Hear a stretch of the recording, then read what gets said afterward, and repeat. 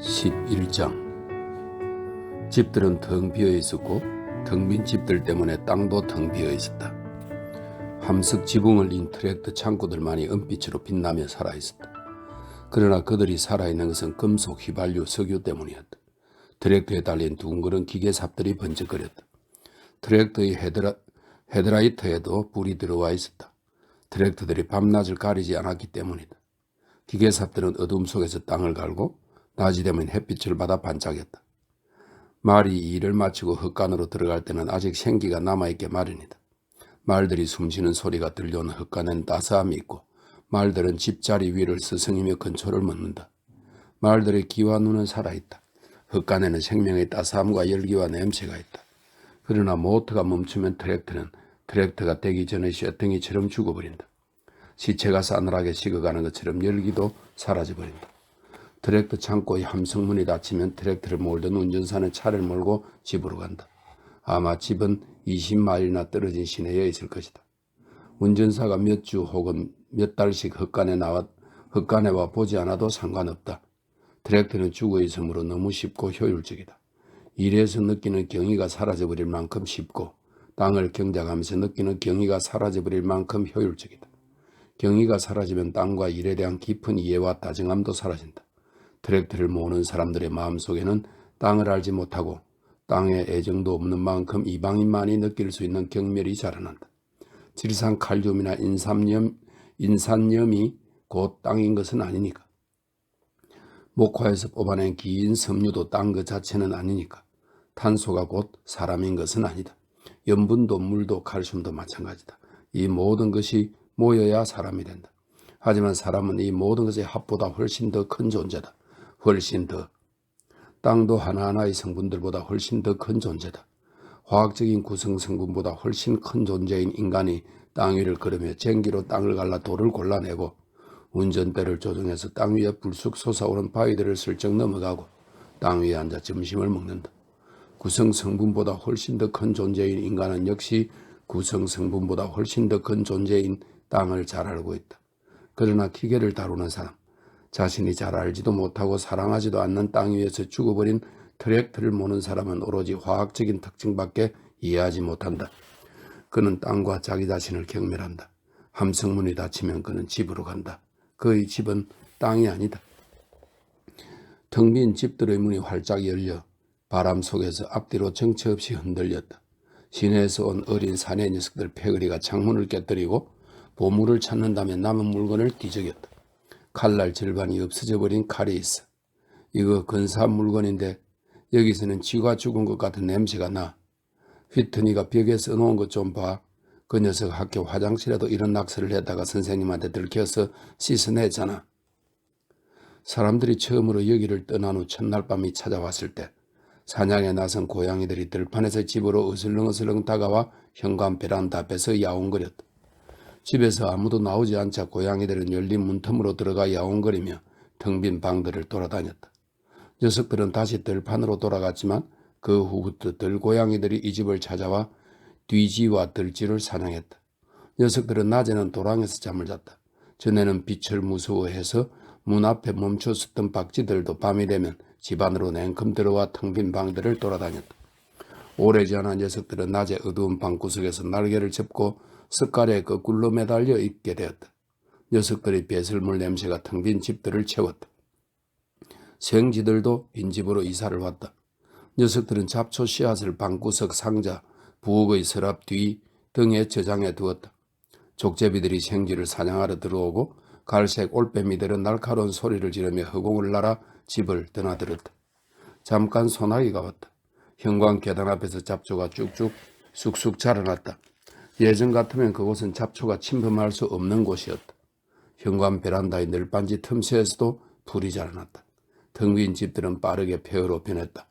녹슨 못 때문에 지붕늘에 금이 가기 시작했다. 바닥에는 먼지가 내려앉았다. 그 위에 발자국을 낸 것은 생쥐와 족제비와 고양이뿐이었다. 어느 날 밤 지붕에 바람에 지붕늘 하나가 느슨해져 땅바닥으로 떨어졌다.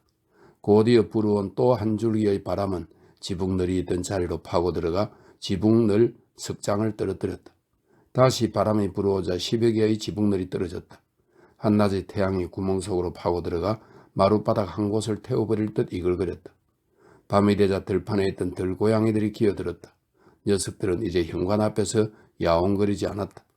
그들은 달을 스치는 구름의 그림자처럼 움직이며 방으로 들어와 생쥐를 사냥했다. 바람이 부는 방에 문들이 부딪혀 쾅쾅 소리를 내고 깨진 창문에서 누더기 같은 커튼들이 벌럭거렸다. 12장 66번 고속도로는 이주자들의 도로다. 미시시피 강에서 베이커즈필드까지 지도 위에서 부드럽게 오르락내리락 곡선을 그리며 국토를 가로지르는 이 긴 콘크리트 도로는 붉은 땅과 잿빛 땅을 넘어 산을 휘감아 올라갔다가 로키 산맥을 지나 햇빛이 쨍쨍한 무서운 사막으로 내려선다. 그리고 사막을 가로질러 다시 산으로 올라갔다가 캘리포니아의 비옥한 계곡들 사이로 들어간다. 66번 도로는 도망치는 사람들의 길이다. 흙먼지와 점점 좁아지는 땅, 천둥 같은 소리를 내는 트랙터와 땅에 대한 소유권을 마음대로 주장할 수 없게 된 현실, 북쪽으로 서서히 밀고 올라오는 사막, 텍사스에서부터 휘몰아치는 바람, 땅을 비옥하게 해주기는커녕 조금 남아있던 비옥한 땅마저 훔쳐가버리는 홍수로부터 도망치는 사람들. 이 모든 것들로부터 도망치는 사람들은 좁은 도로와 수레가 다니는 길과 바퀴 자국이 난 시골길을 달려와 66번 도로로 들어선다. 66번 도로는 이 작은 지류들의 어머니며 도망치는 사람들의 길이다. 64번 도로를 따라 클라크스필과 오자크와 벤브리온과 포트 스미스를 지나면 아칸소 주의 끝이 나온다. 그리고 모든 길들이 오클라호마 시티로 이어져 있다. 털사에서 내려오는 66번도, 메갈레스트에 올라오는 270번도, 위치토폴스 남쪽과 애니드 북쪽에서부터 이어진 81번도, 에드먼드, 맥나우드, 프셀, 66번 도로가 오클라호마 시티를 빠져나간다. 엘리노와 클린턴, 66번 도로가 서쪽으로 향한다. 하이드로, 엘크시티, 텍솔라, 여기가 오클라호마 주의 끝이다. 66번 도로가 텍사스의 페넬드를 가로지른다. 샴록과 맥클린, 코네이와 에머릴로, 누런 땅, 윌도라도와 베가와 보이스, 이제 텍사스의 끝이 나온다. 투쿰카리와 산타로사를 지나면 뉴멕시코의 산들이 나오고 여기서 엘버커키로 이어진다. 그리고 길이 산타페에서 내려온 도로와 합쳐진다. 골짜기들로 둘러싸인 리오그란데를 지나 로스누나스로 기약하면 다시 66번을 따라 서쪽으로 갤럽이 나온다. 여기가 뉴멕시코주의 경계선이다. 이제 높은 산맥이다. 훌브록과 윈슬로와 플래그스테브는 애리조나의 높은 산 속에 있다. 이곳을 지나면 땅이 부풀어 오른 것처럼 부드러운 곡선을 그리고 있는 넓은 고원이 나온다. 에시포크와 킹맨, 다시 돌산이 나온다. 이곳에서는 물이 귀하기 때문에 다른 곳으로 끌어온 물을 돈으로 사야 한다. 햇빛에 시들어버린 애리조나의 울퉁불퉁한 산악지대를 지나면 콜로라도 강이 나온다. 양쪽 강둑에 초록색 갈대가 자라고 있는 이곳이 애리조나의 끝이다. 강을 건너면 바로 캘리포니아고 캘리포니아 초입에 바로 예쁜 도시가 하나 있다. 강변의 도시 니들스. 그러나 이곳에서 강은 이방인과 같다. 니들스에서 북쪽으로 나와 햇빛에 타버린 산악지대를 지나면 사막이 나온다. 66번 도로는 이 무서운 사막을 지나간다. 사막에서는 멀리 있는 것들이 희미하게 어른거리는 것처럼 보이고 중앙에 자리한 검은 산들은 멀리서 감질나게 허공에 매달려 있는 것 같다. 마침내 바스토가 나온다. 그러나 사막이 조금 더 이어진 후에야 비로소 산들이 다시 높아지기 시작한다. 좋은 산들이다. 66번 도로가 구불구불 산들을 통과한다. 그러다가 갑자기 고갯길이 나타나는데 그 아래는 아름다운 계곡이 있다. 과수원과 포도밭과 작은 집들도 있다. 그리고 멀리 도시가 보인다. 오 하나님, 이제 여행이 끝났군요. 도망치는 사람들이 66번 도로로 쏟아져 나왔다. 자동차 한 대만 가지고 나온 사람들도 있었고 자동차 여러 대로 행렬을 이룬 사람들도 있었다. 그들은 하루 종일 너릿너릿 도로를 달다가 밤이 되면 물가에 멈춰섰다. 낮에는 속에든 액체가 새어나오는 낡은 라디에이터들이 김을 뿜어 올리고 헐거워진 접속 부위들이 시끄럽게 소리를 질러댔다. 트럭과 짐을 너무 많이 실은 승용차를 운전하는 남자들은 두려운 표정으로 그 소리에 귀를 기울였다. 다음 도시까지 얼마나 남았지? 다음 도시에 도착할 때까지가 문제인데 무언가 고장이 나기라도 하면 우린 그 자리에서 그대로 야영을 해야 돼. 지임이 도시까지 걸어가서 부품을 사가지고 다시 걸어서 돌아올 때까지 음식이 얼마나 남았지? 모터 소리를 들어봐. 운전대 소리도 잘 들어. 귀뿐만 아니라 운전대를 잡은 손으로도 소리를 들어봐야 돼. 기어를 넣을 때 손바닥으로도 소리를 감지해야 돼. 브레이크와 엑셀레이터를 밟을 때 발로도 소리를 들어봐야 해. 털털거리는 이 낡은 자동차의 소리에 모든 감각을 집중해. 소리나 리듬이 조금만 변해도 여기서 일주일을 보내야 할지 모르니까 저 덜컹거리는 소리, 저건 태핏이야. 저건 아무 상관없어. 예수님이 다시 오실 때까지 태핏이 덜컹거려도 아무 문제 없으니까. 하지만 자동차가 달릴 때 나는 저 쿵쿵거리는 소리, 귀로 들리지는 않아. 그냥 느낌일 뿐이야. 어쨌든 기름이 제대로 전달되지 못하고 있는지도 몰라. 베어링이 망가지기 시작한 건지도 모르고 젠장. 베어링에 문제가 생긴 거라면 어떻게 하지? 돈이 너무 빨리 없어지고 있어. 아이고 저 개자식이 오늘은 왜 저렇게 뜨거워진 거야? 오르막길도 없구만. 어디 보자. 세상에 펜벨트가 나갔어. 자, 이 밧줄로 펠트를 만들어. 길이가 얼마면? 됐다. 내가 끝을 꼬아서 이을게. 이제 살살 천천히 달려. 천천히. 도시에 도착할 때까지는 그래야 돼. 저 밧줄이 오래 버티지 못할 테니까. 이 낡은 캐브레트가 날아가 버리기 전에 오렌지가 자르는 캘리포니아 도착할 수 있으면 좋을 텐데. 그럴 수만 있다면. 타이어도 문제야. 낡아서 고무층이 2개나 날아가 버렸으니 고무가 4개밖에 없는 타이어인데 돌에 부딪혀 펑크만 나지 않으면 앞으로 100마일쯤은 더 달릴 수 있을지도 몰라. 어떻게 하지? 100마일을 더 가면 타이어가 결단 날 텐데. 그래도 100마일을 더 가야겠지?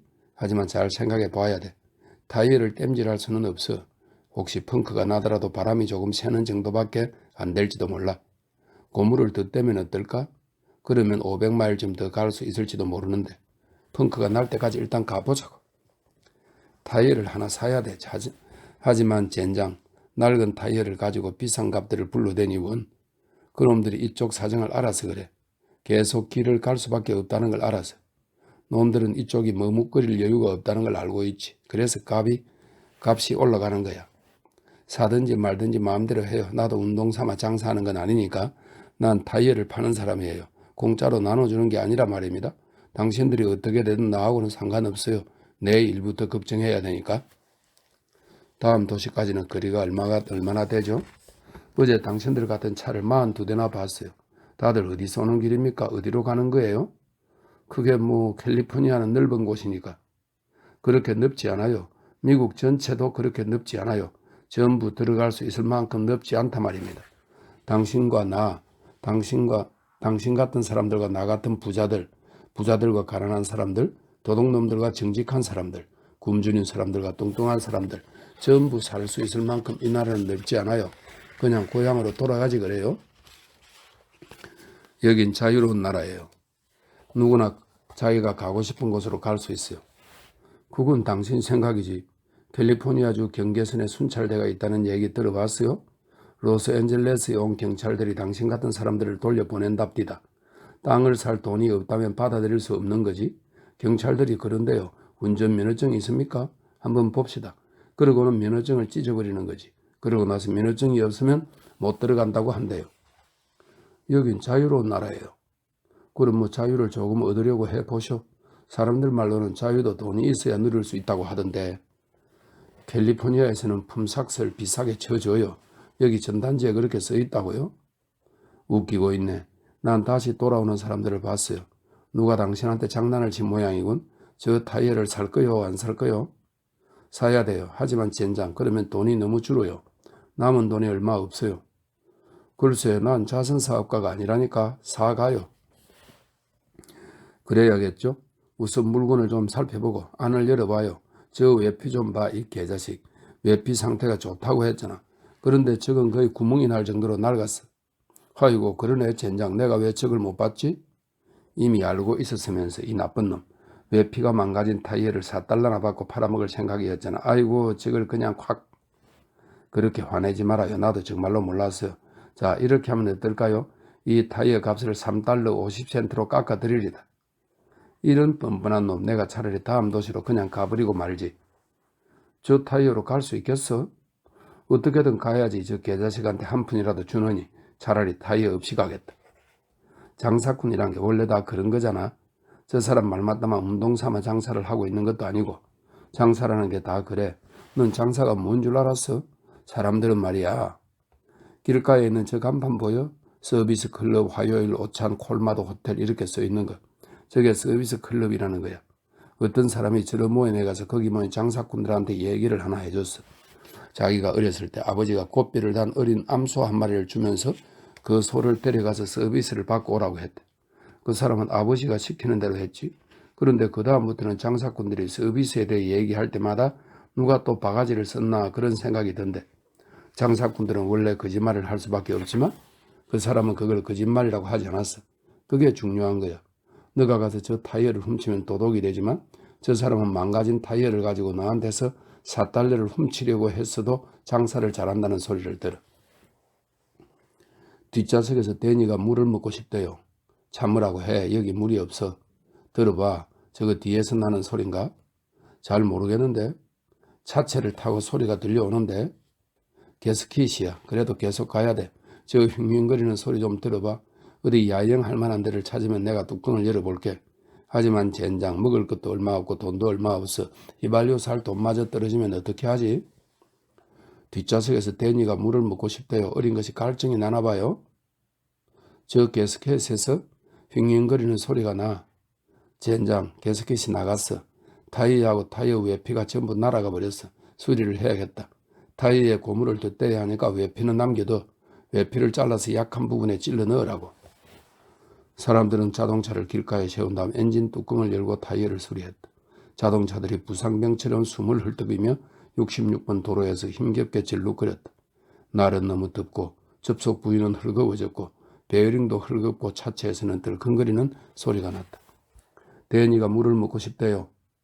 사람들이 66번 도로를 따라 도망치고 있었다. 콘크리트 도로가 햇빛을 받아 거울처럼 반짝였다. 열기 때문에 멀리 도로 위에 물 웅덩이가 있는 것처럼 보였다. 데니가 물을 먹고 싶대요. 안 됐지만 조금 참으라고 해. 더워서 그래. 다음 휴게소까지만 가면 돼. 누구 말처럼 서비스를 해주는 곳이니까. 25만 명의 사람들이 길 위에 있다. 5만 대의 낡은 자동차들이 부상을 입고 김을 피워 올린다.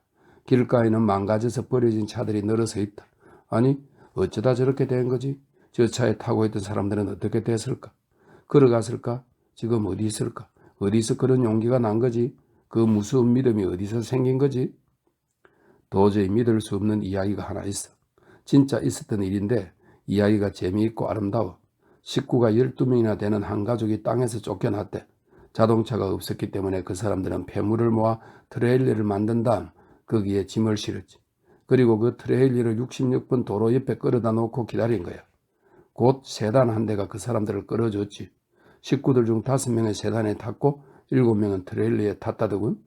개 한 마리도 트레일러에 탔고 그 사람들은 이런 식으로 캘리포니아까지 갔어. 트레일러를 끌어준 사람이 먹을 것도 적고 진짜 있었던 일이야.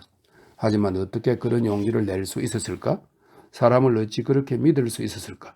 그런 믿음은 좀처럼 배우기 어렵지. 등 뒤의 공포로부터 도망치는 사람들. 그들에게 이상한 일들이 일어난다. 지독하게 잔인한 일이 일어나기도 하고 믿음의 영혼의 불이 켜질 만큼 아름다운 일이 일어나기도 한다. 13장. 짐을 잔뜩 실은 낡은 허드슨 트럭이 힘겹게 삐걱거리며 셸리소에서 고속도로로 빠져나가 서쪽으로 방향을 잡았다. 강렬한 햇빛에 눈이 부셨다. 그러나 콘크리트 도로 위에서 엘은 점점 속도를 냈다. 이제는 납작해진 스프링들이 어떻게 될 위험이 없기 때문이었다. 셸리소에서 고우까지는 21마일인데 트럭은 시속 35마일로 달리고 있었다. 고우에서 위너까지는 13마일, 워너에서 체코타까지는 14마일, 체코타에서 헨리에타까지는 조금 멀어서 34마일이었다. 그러나 진짜 도시는 그 길 끝에 있었다. 헨리에타에서 캐슬까지는 19마일, 해는 머리 위에 높이 떠 있었고 그 빛에 달궈진 붉은 들판에서 아지랭이가 피어올랐다. 심각한 표정으로 운전대를 잡고 있는 엘은 차에서 나는 소리에 온몸의 신경을 집중한 채 도로와 계기판을 쉴 새 없이 번갈아 바라보았다. 엘은 엔진과 하나가 되었다. 그의 신경 하나하나가 혹시 무슨 소리가 나지 않는지 귀를 기울였다. 여러 가지 소리들, 쿵쿵 끽, 윙윙, 딸깍딸깍. 이 소리들의 귀를 기울이면 자동차의 고장의 원인이 될 수 있는 변화가 일어났음을 알 수 있었기 때문이다. 그는 자동차의 영혼이 되어 있었다. 그의 옆 좌석에 앉은 할머니는 선잠이 들어 잠결에 훌쩍이다가 눈을 뜨고 앞을 바라보더니 다시 잠에 빠졌다. 할머니 옆에 앉은 어머니는 한쪽 팔꿈치를 창밖으로 내놓고 있어서 강렬한 햇빛 때문에 피부가 붉게 변해가고 있었다. 어머니도 앞을 바라보고 있었지만 딱히 무언가에 시선의 초점을 맞추고 있지는 않았다. 도로도 밭도 주유소도 작은 식당도 어머니의 눈에는 들어오지 않았다. 트럭이 그것들 옆을 스쳐 지나갈 때도 어머니는 눈길 한 번 주지 않았다. 엘은 찢어진 좌석 위에서 자세를 바꾸며 운전대를 고쳐잡았다. 그리고 한숨을 쉬며 말했다. 차에서 시끄러운 소리가 나기는 하지만 별 문제 없을 거예요. 이런 짐을 싣고 언덕이라도 오르게 되면 어떻게 될지. 여기서부터 캘리포니아까지 가는 동안 언덕이 있어요, 어머니? 어머니가 천천히 고개를 돌렸다. 어머니의 시선에 다시 생기가 돌았다. 있는 것 같더라, 어머니가 말했다. 나야 자세히 모르지. 하지만 언덕은 물론이고 산도 있다는 얘기를 들은 것 같다. 아주 큰 산이라던데? 할머니가 잠결에 커다란 소리를 내며 숨을 들이쉬었다. 엘이 말했다. 오르막길을 오르면 차가 아주 망가져 버릴 텐데 물건을 좀 버려야 할 거예요. 목사님을 데려오지 말 걸 그랬나 봐요. 여행이 끝나기 전에 목사님을 데려오길 잘했다는 생각을 하게 될 거다. 목사님이 우리를 도와줄 거야. 어머니는 번들거리는 도로를 다시 바라보았다. 엘은 한 손으로 운전대를 조작하며 다른 손으로 부르르 떨고 있는 기어를 잡았다. 말을 제대로 하기가 어려웠다. 입이 먼저 말하려는 단어의 모양으로 움직인 다음에야 말이 소리가 되어 나왔다. 어머니가 천천히 고개를 돌려 그를 바라보았다. 차의 움직임 때문에 어머니의 머리가 약간 흔들리고 있었다. 어머니, 이렇게 떠나는 게 무서워요? 새로운 곳으로 가는 게 무서운 거예요? 어머니의 눈이 신중하고 부드럽게 변했다. 조금 무섭다. 어머니가 말했다. 하지만 많이 무섭지는 않아. 난 그냥 앉아서 일이 어떻게 돌아가는지 지켜보고 있을 뿐이야. 뭐든 내가 움직여야 하는 일이 생긴다면 난 내 할 일을 할 거야. 거기 도착한 다음에 우리가 어떻게 될지 생각하고 있는 거 아니에요? 우리가 생각했던 것만큼 좋은 곳이 아닐까 봐 무서운 거 아니에요? 어머니가 재빨리 말했다. 아니야, 그렇지 않아. 너도 나도 그런 생각을 하면 안 돼. 앞으로 어떻게 될지 너무 생각을 많이 하면 지치기만 할 뿐이지. 앞으로 우리가 어떤 삶을 살게 될지 수많은 가능성이 있지만 실제로 우리가 살게 되는 삶은 하나뿐이야. 만약 내가 그 가능성을 다 생각해 본다면 견디기 어려울 거다. 넌 아직 어려서 앞날을 먼저 생각할 수밖에 없겠지만 난 그냥 지금 이 길만 생각해. 그리고 식구들이 언제쯤 돼지뼈를 더 먹겠다고 할지 그런 것만 생각해. 어머니의 안색이 굳었다. 내가 할 수 있는 건 그것뿐이다. 더 이상은 할 수 없어. 내가 그 이상 뭘 하려고 하면 모든 그 일이 엉망이 될 거야. 내가 할 수 있는 일만 생각하는 게 식구들을 돕는 거야. 할머니가 시끄럽게 하품을 하며 눈을 뜨더니 정신없이 사방을 두리번거렸다. 나 내려야겠다. 오 하나님. 할머니가 말했다. 수풀이 나오자마자 세울게요. 저 앞에 수풀이 있어요. 엘이 말했다. 수풀이 있든 없든 난 내려야 돼. 할머니가 우는 소리를 하기 시작했다. 내려야 돼, 내려야 돼. 엘은 속도를 올렸다. 마침내 나지막한 수풀이 나타나자 그는 급하게 차를 세웠다. 어머니가 재빨리 문을 열고 몸부림치는 할머니를 길가로 끌어내다시피 해서 숲을 속으로 데려갔다. 그리고 할머니가 쪼그리고 앉을 때 넘어지지 않도록 할머니를 잡아주었다. 짐 위에 앉아있던 사람들이 부스럭거리기 시작했다. 햇빛을 피할 수 없었기 때문에 다들 얼굴이 타서 번들거렸다. 톰, 케이시, 노아, 큰아버지가 피곤한 모습으로 차에서 내렸다. 루티와 윈필드는 화물칸의 벽을 타고 투당당거리며 내려와 숲을 속으로 들어갔다. 코니는 잠에서 내리는 샤론의 로즈를 조심스레 도와주었다. 잠에서 깬 할아버지가 방수포 밑에서 고개를 삐죽 내밀고 있었지만 아직도 약에 취한 듯 물기가 고인 눈에 초점이 없었다. 할아버지는 식구들을 바라보았지만 식구들을 알아보지는 못하는 것 같았다. 톰이 할아버지에게 소리쳤다. 내려오고 싶으세요, 할아버지? 할아버지가 멍하니 톰에게 시선을 돌렸다. 싫다. 할아버지가 말했다. 할아버지의 눈에 잠시 사나운 기운이 살아나는 것 같았다. 난 안 간다. 멀리처럼 여기 있을 거야. 그러나 할아버지는 곧 다시 흥미를 잃어버렸다. 어머니가 할머니를 부축하며 비탈길을 올라와 다시 도로로 올라섰다. 어머니가 말했다. 톰, 돼지 뼈를 담아놓은 냄비를 꺼내라. 뒤쪽 방수포 밑에 있어. 다들 뭘 좀 먹어야겠다. 톰은 냄비를 꺼내 식구들에게 돌렸다. 식구들은 길가에 서서 뼈에 붙은 바삭바삭한 살점을 뜯어먹었다. 이걸 가져오길 잘했어. 저 위에 있으니 몸이 굳어서 움직일 수가 있어야지. 물은 어디 있어? 아버지가 말했다. 그 위에 없어요? 내가 물통을 내놨는데? 어머니가 물었다. 아버지가 화물칸 벽을 타고 올라가 방수포 밑을 살펴보았다. 여기 없어. 잊어버리고 그냥 왔나 봐. 이 말을 듣는 순간 갈증이 느껴지기 시작했다. 윈필드가 투덜거렸다. 물 마시고 싶어. 물 마시고 싶어. 남자들도 갑자기 갈증을 느끼며 입술을 핥았다. 다들 조금씩 당황하기 시작했다. 엘은 두려움이 점점 커져가는 것을 느낄 수 있었다. 제일 먼저 나오는 휴게소에서 물을 구하면 돼요. 차에 기름도 좀 넣어야 하니까. 식구들이 떼지어 트럭 위로 올라갔다. 어머니는 할머니를 부축해 차를 태운 다음 할머니 옆자리에 올라탔다. 엘이 시동을 걸고 차를 출발시켰다. 캐슬에서 파덴까지 25마일을 가는 동안 해가 정점을 지나 기울기 시작했다. 라디에이터 마개가 위아래로 가볍게 흔들리더니 쉬쉬거리며 김이 새어나왔다. 파덴 근처의 길가에 작은 휴게소가 하나 있었다. 휴게소 앞에는 주유기 2개가 있고 울타리 옆에는 호수도 꼭지와 호스가 있었다. 엘은 거리로 차를 몰아 들어가 호스 바로 앞에 차를 세웠다. 얼굴과 팔이 새빨간 뚱뚱한 남자가 주유기 뒤에 의자에서 일어나 다가왔다. 그는 갈색 고르된 바지에 멜빵을 메고 위에는 폴로 셔츠를 입고 있었다. 머리에는 햇빛을 가리기 위해 은색으로 칠한 마분지 모자를 썼다. 콧잔등과 눈 밑에 모인 땀방울들이 목주름을 따라 줄줄 흘러내렸다. 그는 사납고 엄격한 표정으로 트럭을 향해 한가로이 다가왔다. 뭘 좀 살 거요? 기름이나 다른 물건 같은 거? 그가 물었다. 엘은 벌써 차에서 내려 김이 피어오르는 라디에이터 마개를 손가락으로 열고 있었다. 그는 마개가 열리면서 뿜어져 나오는 뜨거운 김을 피하려고 움찔거리며 손을 마개에서 떼곤 했다. 기름을 좀 넣을 거예요. 돈은 있어? 당연하죠. 우리가 거지인 줄 알아요? 뚱뚱한 남자의 얼굴에서 사나운 기운이 사라졌다. 그럼 됐어. 물은 마음대로 쓰쇼. 그리고 그가 서둘러 말을 덧붙였다. 도로에 사람들이 우글우글해요. 다들 여기 와서 물을 쓰고 화장실을 어질러 놓고는 세상에 물건까지 훔쳐가면서 아무것도 사지 않는단 말이지. 돈이 없어서 말이야. 기름을 1갤런만 달라면서 구걸을 하러 온단 말이요. 톰이 성난 표정으로 땅 위에 내려서서 뚱뚱한 남자에게 다가갔다. 그가 사나우게 말했다. 우리는 정당하게 값을 치를 거야.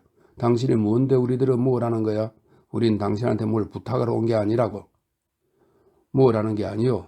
뚱뚱한 남자가 재빨리 말했다. 그의 반팔 폴로 셔츠가 점점 땀에 흠뻑 젖기 시작했다. 물을 마음대로 써도 좋아요. 원한다면 화장실을 써도 되고. 윈필드가 호스를 들고 있었다. 그는 호스에 입을 대고 물을 마신 다음 호스 끝을 머리와 얼굴로 돌려 물을 뒤집어 썼다. 그의 몸에서 물이 뚝뚝 떨어졌다. 물이 시원하지 않아. 그가 말했다. 이 나라가 어떻게 때리는지 원. 뚱뚱한 남자가 말을 계속했다. 조던의 가족이 아니라 다른 주제에 대해 불평을 하려는 모양이었다. 매일 자동차 56대가 지나가요. 애들하고 살림살이를 싣고 서부로 가는 사람들인데 그 사람들이 가는 데가 어디요? 거기 가서 뭘 하려는 거지? 톰이 말했다. 우리와 똑같은 사람들이지. 어딘가 살 곳을 찾아가는 거요. 어떻게든 살아보려고. 그게 전부요. 아이고, 이 나라가 어떻게 되는지 모르겠어요. 정말로 모르겠어. 나도 여기서 어떻게든 살아보려고 하는데 그다란 새 차들이 여기 들렁이나 하는 줄 아시오? 천만에. 그런 사람들은 노란색 페인트 칠을 한 시내의 회사 주유소로 가요. 이런 곳에는 들르지 않지. 여기 들르는 사람들은 대개 가진 게 없고. 엘이 라디에이터 마개를 열자 마개가 허공으로 튀어오르면서 연기가 뿜어져 나왔다. 라디에이터에서는 거품이 부글거리는 소리가 났다. 짐 위에서 고생하고 있던 개가 겁을 짐 가장자리로 기어나와 아래를 내려다보며 물을 향해 낑낑거렸다. 큰아버지가 위로 올라가서 녀석의 목덜미를 잡아 아래로 내려주었다. 다리가 뻣뻣해져 있던 녀석은 잠시 비틀거리더니 수도꼭지 밑의 진흙탕으로 가서 물을 핥았다. 도로에서는 햇빛을 받아 번쩍이는 차들이 휑휑 소리를 내며 지나갔다. 차들이 지나갈 때마다 뜨거운 바람이 휴게소 마당으로 불어왔다. 엘은 호스로 라디에이터에 물을 채웠다. 뭐 내가 부자들하고 장사를 하려는 건 아니오. 뚱뚱한 남자가 말을 계속했다. 난 그냥 장사를 하고 싶을 뿐이지. 그런데 여기 들르는 사람들은 기름을 구걸하면서 돈 대신 물건을 주고 간다니까. 저 뒷방에 가면 그 사람들이 기름값으로 놓고 간 물건들이 있어요. 침대, 유모차, 주전자, 냄비 뭐 이런 것들이죠. 어떤 사람은 기름 1갤런을 넣고 자기 애가 갖고 있던 인형을 내놓습니다. 내가 그런 물건으로 뭘 하겠어? 고물상이나 차릴까?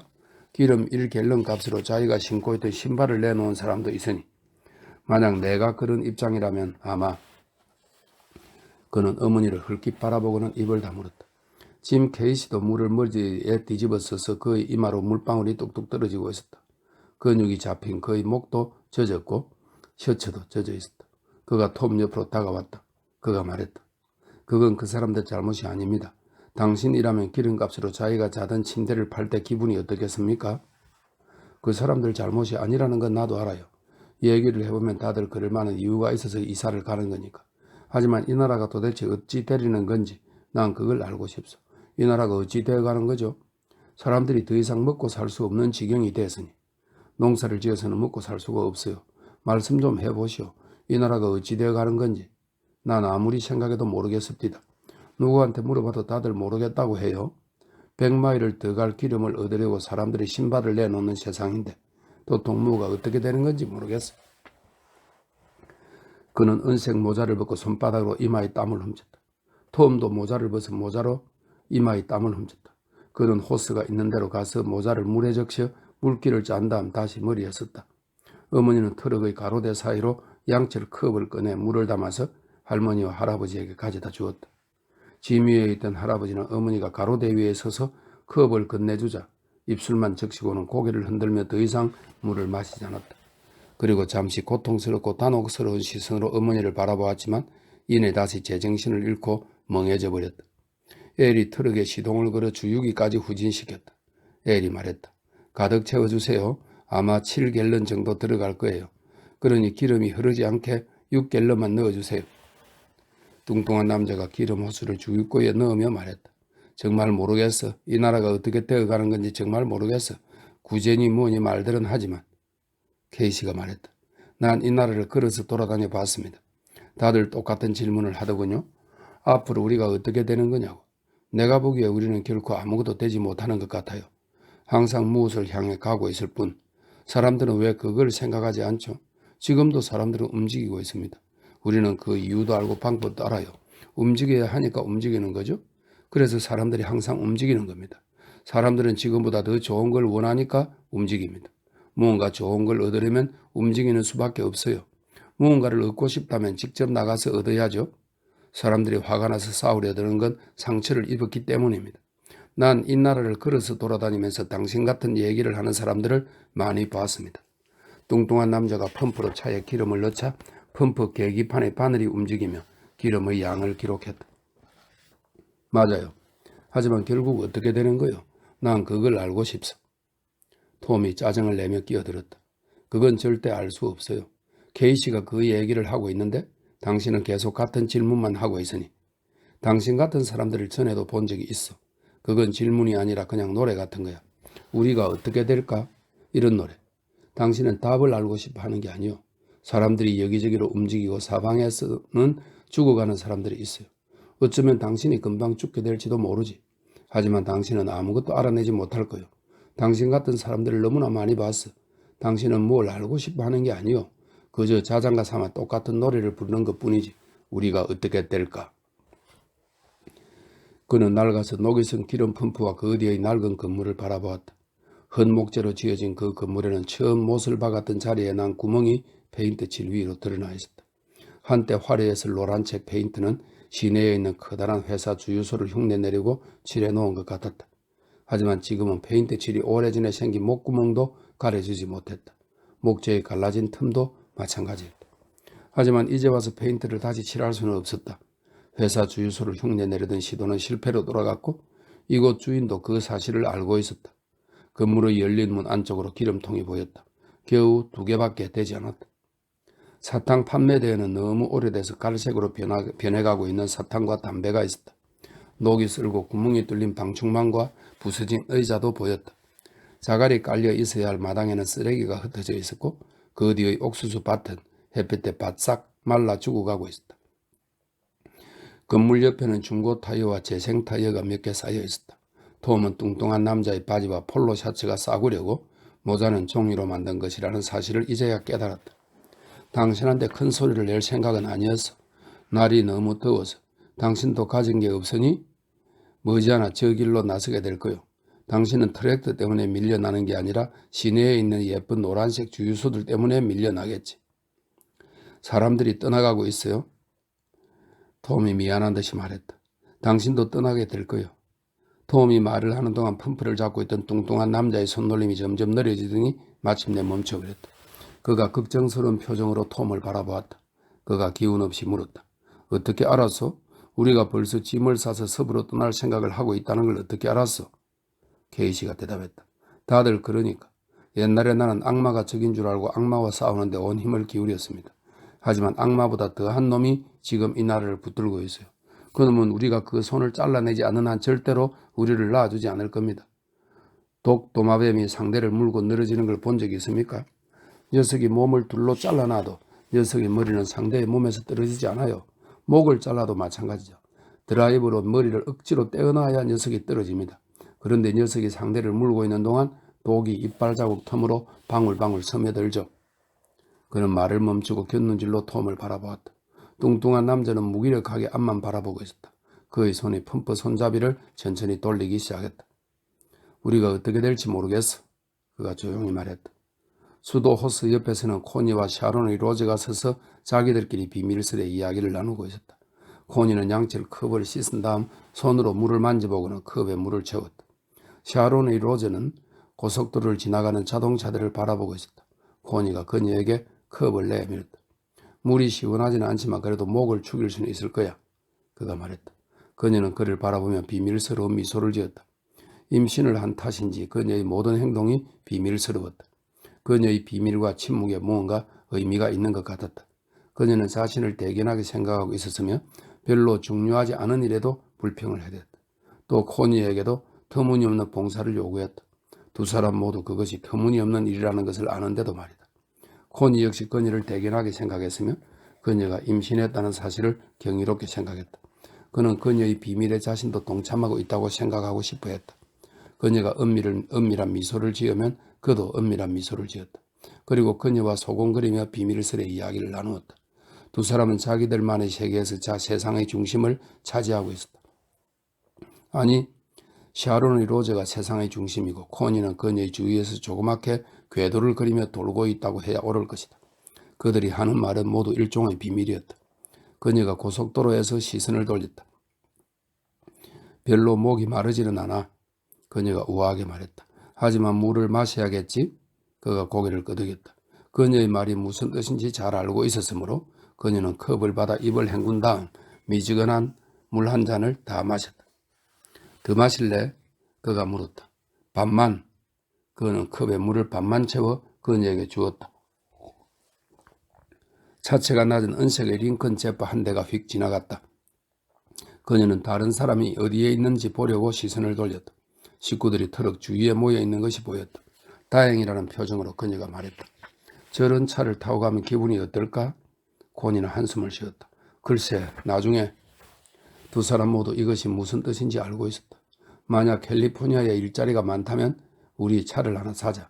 하지만 그는 사라져가는 제프를 가리키며 말을 이었다. 저건 웬만한 집 한 채 값이야. 차라리 집을 사는 게 낫지. 난 집하고 저 차를 다 갖고 싶어. 그녀가 말했다. 하지만 물론 집이 먼저지. 왜냐면 두 사람 모두 그녀의 말이 무슨 뜻인지 알고 있었다. 뱃속의 아기 때문에 두 사람 모두 잔뜩 신이 나 있었으니까. 기분은 괜찮아? 그가 물었다. 피곤해. 햇빛을 받으면서 차를 타서 피곤해. 그렇게 안 하면 캘리포니아까지 못 가. 나도 알아. 그녀가 말했다. 개가 코를 킁킁거리며 이리저리 돌아다녔다. 녀석은 트럭 옆을 지나 물이 흥건히 고인 호수 근처로 다시 달려가서 진흙 물을 핥아먹었다. 그리고 코와 귀를 늘어뜨린 채 그곳에서 물러났다. 녀석은 코로 냄새를 맡아가며 길가의 먼지투성이 잡초밭으로 들어가서 포장도로가 나오는 곳까지 갔다. 그리고 고개를 들어 건너편으로 바라본 다음 다시 앞으로 걸어가기 시작했다. 샤론의 로즈가 날카로운 비명을 질렀다. 커다란 차가 빠른 속도로 달려왔던 것이다. 타이어에서 끽 하는 소리가 났다. 개는 힘없이 피하려고 했지만 비명과 함께 허리가 잘리면서 차바퀴 밑에 깔려버렸다. 커다란 차가 잠시 속력을 늦추더니 사람들이 차창 밖으로 얼굴을 내밀어 뒤를 바라보았다. 그러나 차는 곧 다시 속력을 내면서 사라져버렸다. 창자가 터져나와 피범벅이 된 개는 도로 위에서 서서히 죽어갔다. 샤론의 로즈는 눈을 커다랗게 뜨고 있었다. 아기한테 해롭지 않을까? 그녀가 애원하듯 말했다. 해롭지 않을까? 코니가 그녀를 팔로 감싸놨다. 이리 와서 앉아. 저건 아무 일도 아니야. 하지만 분명히 느꼈어. 내가 비명을 질렀을 때 충격이 있었어. 이리 와서 앉아. 저건 아무 일도 아니야. 아무 일 없을 거야. 그는 그녀를 죽어가는 개가 보이지 않는 트럭 옆으로 데리고 와서 발판에 앉혔다. 톰과 큰아버지가 엉망이 되어버린 개의 시체 쪽으로 걸어갔다. 부서진 몸이 마지막으로 경련하고 있었다. 톰은 녀석의 다리를 잡고 길가로 끌었다. 큰아버지는 당황한 얼굴이었다. 마치 개가 죽은 것이 자기 탓이라도 되는 것처럼. 녀석을 묶어 놓을 걸 그가 말했다. 아버지는 잠시 개를 내려다 보다가 고개를 돌려버렸다. 그만 떠나자 그가 말했다. 안 그래도 저 녀석을 어떻게 먹을지 걱정이었는데 어쩌면 잘된 일인지도 몰라. 뚱뚱한 남자가 트럭 뒤에서 나타났다. 미안하오. 고속도로 근처에서는 개들이 금방 죽어버려요. 나도 1년 만에 개 3마리를 사고로 잃었지. 이젠 개를 기르지 말아요. 그리고 그는 말을 덧붙였다. 시체는 걱정하지 마시오. 내가 알아서 할 테니까 저기 옥수수 밭에다 묻어주리다. 어머니가 샤론의 로즈에게 다가갔다. 그녀는 발판에 앉아 여전히 몸을 부들부들 떨고 있었다. 괜찮니 로즈샨? 어머니가 물었다. 기분이 안 좋아요? 나 그거 봤어요. 얼마나 놀랐는지. 너가 소리 지르는 걸 들었다. 이제 정신 차려야지. 어머니가 말했다. 아기한테 해롭지 않을까요? 해롭지 않아. 너가 자꾸 그걸 생각하면서 속상해하면 해로울지도 모르지. 그만 일어서. 어머니를 살펴드려야 하는데 좀 도와줬으면 좋겠다. 아기는 잠시 잊어버려. 아기가 다 알아서 할 테니까. 할머니는 어디 계세요? 샤론의 로즈가 물었다. 글쎄 다 어디 근처에 계시겠지. 변소에 계시는지도 모르고. 샤론의 로즈가 화장실 쪽으로 갔다가 이내 할머니를 부축하며 나왔다. 저 안에서 주무시고 계셨어요. 샤론의 로즈가 말했다. 할머니가 희죽 웃었다. 저 안이 좋더라. 신기한 게 있어. 물이 흘러내리더라니까 난 저기가 좋다. 할머니가 흡족한 표정으로 말했다. 얘가 깨우지 않았으면 낮잠을 푹 잤을 텐데. 그런 데서 주무시는 거 아니에요. 샤론의 로즈는 이렇게 말하고 나서 할머니가 차에 올라타는 것을 도와주었다. 할머니는 즐거운 표정으로 자리를 잡았다. 깨끗하지는 않은지 몰라도 좋은 건 좋은 거야. 할머니가 말했다. 이제 가요. 아직 갈 길이 멀어요. 톰이 말했다. 아버지가 날카롭게 휘파람을 불었다. 이 꼬마 녀석들이 어디로 간 거지? 아버지가 입에 손가락을 넣고 다시 휘파람을 불었다. 두 꼬마 녀석들이 이내 옥수수 밭에서 튀어나왔다. 루티가 앞장을 서고 윈필드가 그 뒤를 따르고 있었다. 루티가 소리쳤다. 알이에요. 알을 찾았어요. 루티는 윈필드를 꽁무니에 매달고 서둘러 달려왔다. 봐요. 흰색이 섞인 하얀색의 부드러운 알 10여 개가 그녀의 지저분한 손바닥에 놓여 있었다. 그녀는 알을 든 손을 들어 올리다가 길가에 죽어있는 개를 발견했다. 엄마야. 그녀가 말했다. 그리고 윈필드와 함께 천천히 걸어가서 개를 자세히 살펴보았다. 아버지가 소리쳤다. 빨리 와. 안 오면 버리고 간다. 두 아이는 엄숙한 표정으로 돌아서서 트럭으로 걸어갔다. 루티는 손에 들고 있던 회색의 파충류 알을 한 번 더 바라보고는 바닥에 던져버렸다. 그리고 윈필드와 함께 트럭의 화물칸 벽을 기어 올랐다. 개가 아직도 눈을 뜨고 있었어. 루티가 소곤거렸다. 그러나 윈필드는 의기양양한 표정이었다. 그가 용감하게 말했다. 창자가 사방에 흩어져 있었어. 사방에. 그는 잠시 침묵을 지키다가 다시 말했다. 사방에 흩어져 있었어. 그는 이 말을 마치자마자 재빨리 몸을 굴려 화물칸 벽 너머로 속에 든 것을 개어냈다. 그리고 눈물 콧물이 범벅이 된 얼굴로 일어나 앉았다. 돼지를 죽일 때랑은 달라. 그가 설명하듯 말했다. 엘은 트럭의 엔진 뚜껑을 열고 기름이 얼마나 되는지 확인해 보았다. 그리고 앞 좌석에서 1갤런짜리 통을 가져와서 검은색 싸구려 기름을 파이프에 붓고는 다시 기름의 양을 확인해 보았다. 톰이 그의 옆으로 다가왔다. 내가 운전할까? 피곤하지 않아? 엘이 말했다. 너 어젯밤에 한숨도 못 잤잖아. 난 아침에 눈을 좀 붙였어. 저 위로 올라가. 내가 운전할 테니까. 알았어. 엘이 마지못해 대답했다. 하지만 기름 계기판을 잘 봐야 돼. 차를 천천히 몰아. 난 기름이 떨어질까봐 계속 지켜보고 있었어. 그러니까 형도 가끔 바늘을 봐야 돼. 바늘이 쭉 떨어지면 기름이 모자란 거야. 천천히 몰아야 돼, 형. 짐을 너무 많이 실었어. 톰이 웃음을 터뜨렸다. 잘 지켜볼게. 걱정 말고 쉬어. 식구들이 다시 지미로 올라갔다. 어머니는 할머니와 나란히 앞좌석에 앉았고 톰은 운전석에 앉아 시동을 걸었다. 차가 털털거리기는 하네. 그는 이렇게 말하고 나서 기어를 넣고 고속도로로 차를 몰았다. 엔진에서는 계속 단조로운 소리가 났고 태양은 트럭 정면에서 점점 뒤로 물러났다. 할머니는 여전히 잠들어 있었다. 어머니조차 고개를 앞으로 떨어뜨린 채 꾸벅꾸벅 졸았다. 톰은 눈부신 햇빛을 막으려고 모자를 눈 위로 눌렀었다. 파덴에서 미크까지는 13마일, 미크에서 하라까지는 14마일이다. 하라를 지나면 나오는 오클라호마 시티는 큰 도시였다. 톰은 곧장 차를 몰았다. 차가 시내를 통과할 때 어머니가 잠에서 깨어 거리를 바라보았다. 짐 위에 앉아있던 식구들은 거리에 늘어선 가게와 커다란 집들, 사무실 빌딩들을 빤히 바라보았다. 빌딩과 가게들이 점점 작아지더니 폐차장과 핫도그를 파는 노점과 도시 외곽의 무도장이 나타났다. 루티와 윈필드는 커다랗고 이상한 도시의 모습에 당황했다. 좋은 옷을 차려입은 사람들의 모습은 무섭기도 했다. 두 아이는 서로 아무 말도 하지 않았다. 시간이 흐른 후에는 이 이야기를 하게 되겠지만 지금은 아니었다. 시내와 시 외곽에 있는 유정탑들이 보였다. 검은 유정탑들, 석유와 휘발유 냄새가 허공에 퍼져 있었다. 그러나 두 아이는 신이 나서 소리를 지르지 않았다. 탑이 너무 크고 이상해서 겁이 났기 때문이다. 샤론이 로저는 거리에서 가벼운 옷차림을 한 남자를 보았다. 그는 하얀 구두를 신고 납작한 밀짚 모자를 쓰고 있었다. 그녀는 코니를 툭툭 치며 눈으로 그 남자를 가리켰다.